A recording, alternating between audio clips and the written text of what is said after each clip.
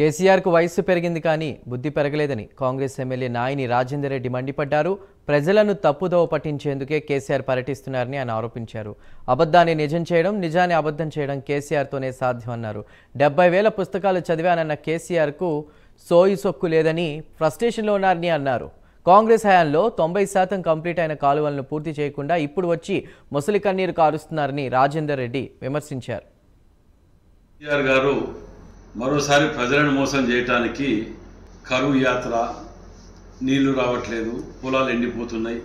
గతంలో కాంగ్రెస్ హయాంలో సంచుల కాడికెళ్ళి సబ్సిడీ ఇచ్చిన ప్రభుత్వం మాది.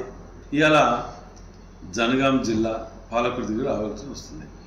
మరి మీకు అక్కడ గతంలో 90% కంప్లీట్ చేసిన కాలువని 10% కంప్లీట్ చేస్తే ఇలా నీళ్ళు వచ్చేటి. అక్కడ ఆ 90% కంప్లీట్ చేసిన 10% కంప్లీట్ చేస్తే కాంగ్రెస్ పార్టీకి ఏడ పేరు వస్తుందో అని చెప్పి దాన్ని కంప్లీట్ చెయ్యక ఇవాళ ముసలి కన్నీరు కాల్చుకుంటా వచ్చి ప్రజలను మరోసారి మబ్బ పెడతానికి వస్తారంటే సిగ్గుసరం అనిపించట్లేదా మీకు?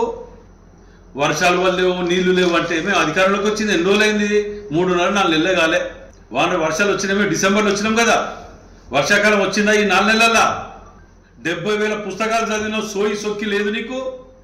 వయసు పెరిగింది కానీ బుద్ధి పెరుగుతలేదు నీకు. ఇంకా నువ్వు ఫ్రస్ట్రేషన్లో ఉన్నావు మనిషివి. అధికారం కోల్పోయే వరకు నువ్వు, నీ కొడుకు, నీ అల్లుడు అసలు మెంటల్గా డిస్టర్బ్ అయ్యి ఊరి మీద పడి బతుకుంటున్నారు. మేము 90% కంప్లీట్ చేసినాం. ఇలా వాస్తవం కాదా మీకు చేసింది? గన్పూర్ది నవాపేట ఏంటిది? దాని జవాబు చెప్పండి. 90% అయినాక 10% ఎందుకు కంప్లీట్ చేయలే? 100 కోట్లు పెడతా అయిపోయి ఇలా నియోజకవర్గాలన్నిటికీ నీళ్ళు ఉండేది కదా. మీ పాపం కాదా అది?